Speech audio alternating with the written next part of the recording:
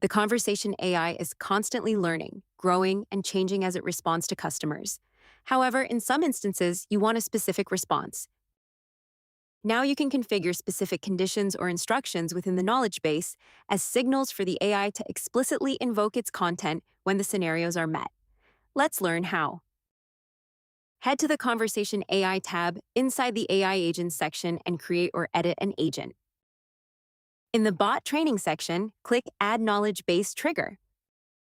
Select your desired knowledge base from the drop-down menu. Enter your triggering instructions, then click Save.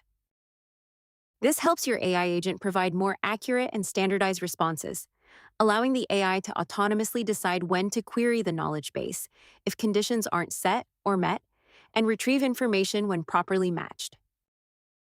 This feature improves response accuracy and reliability, giving you more deterministic control, better responses, and reducing missed information. We hope you enjoy it.